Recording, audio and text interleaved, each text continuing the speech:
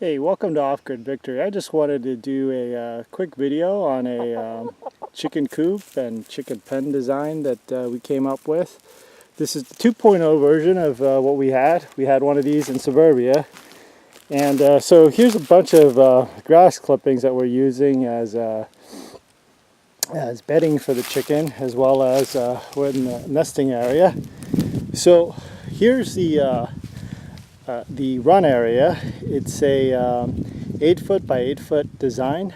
The height of this thing is roughly 5 feet off the ground, and let me show you that first.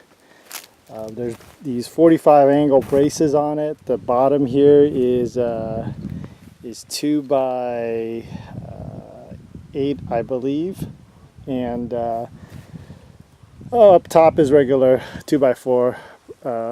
That's all pressure treated lumber. On top is one mesh wire, 14 gauge wire here, one row of it, just to keep out the hawks and maybe a raccoon that might want to try to get on top. And the sides are 2 of these doubled up to form this kind of a lattice to give a tighter fence line for the chickens for their protection. And this is the doorway here. It's all pressure treated lumber. This was 2x4s that were cut in half and then trellised together.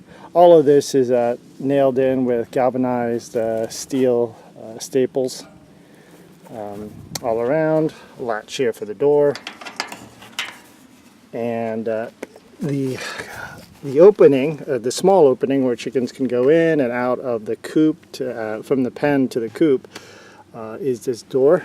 It's just held on here by a little loop. It hangs up on the top. Take it out, secure it on the bottom. It latches here. And give you a quick look around again at that run area. And so it's plenty big for our chickens in terms of if we have to go out for a little while. We don't want to let them free range without us here. When we're here, most of the predation will stay away. I mean, we do have red-tailed hawks, some peregrines, some other birds of prey as well, like owls, as well as the coyotes and the raccoons and the possums and other snakes. You know, everything seems to like chicken, including us. So, but we don't eat these birds. These are all of our egg-laying birds. So here's the design for the actual chicken coop itself. So it's it's 8 feet wide, and the doors here latch. These pins hold it in place. These pins hold it in place, like that. And right now there's a vent hole here, and it goes clear across to the other side. So very good air circulation. And the top has this galvanized steel material. The corners here have been cut off, and just to keep it safe from the children. And it is off the ground with cinder blocks. Here's the rear area, and this is where we keep 3 nesting boxes, and there's 2 fake eggs in there at the moment. And here's a look from that angle. That's a feeder, and we'll get you back inside here. Now, this particular door is beveled. There's a 45-degree bevel in here, so we could swing the door out. The actual hinges are a little bit recessed and cut in, mitered in, so we can get a nice full-size opening, as well as the hinges here on the nesting box are also hinged, so you get a nice tight gap here that's waterproof, as well as being shielded over above. There's about let's say about 4 inches or so of overhang here, and that gives us a nice opening. The material that I'm using here is leftover roofing material. It already has the asphalt stuff on it. The other side is adhesive. It's been tacked on. And once again, this is standard galvanized steel roofing. We'll open the door. There we go.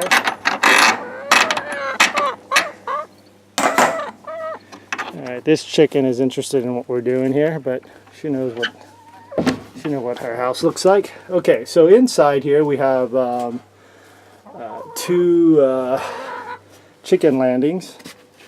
We're housing about 13 birds, I believe, here right now.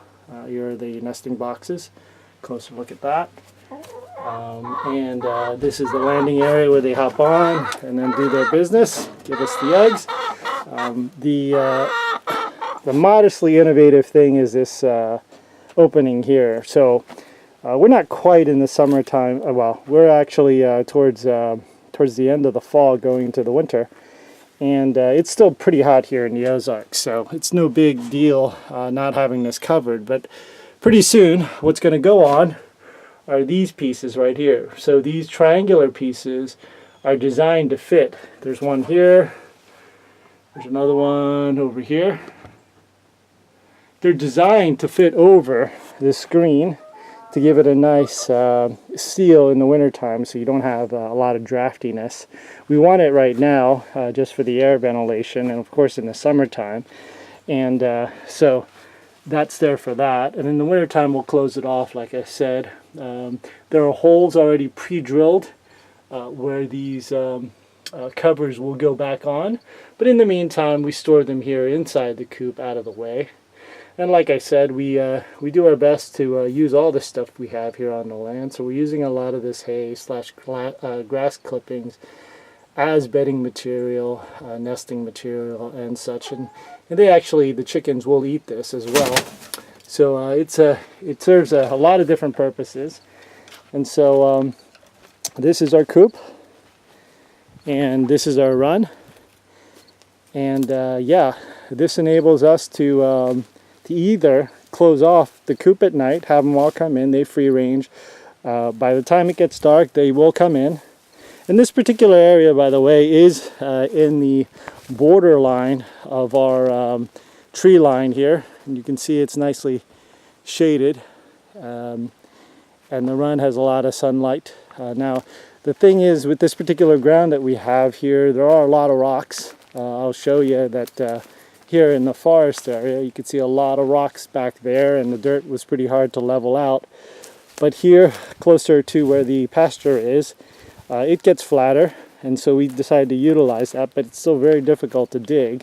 So what we've done is used chicken wire fencing underneath. It is tacked on with staples to the exterior frame of the 2x8s here, and then we're just running a bunch of rocks to keep predators from burrowing under, or the chickens from burrowing from the inside going out.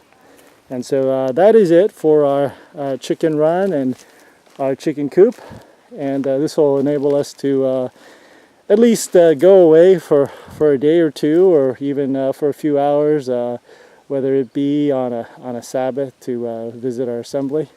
Will enable us to get out. And I think this is a pretty good design. I think overall the budget on this project was well under $400, I believe. And so this is something that you guys can all do when you're off-grid. All right, shalom.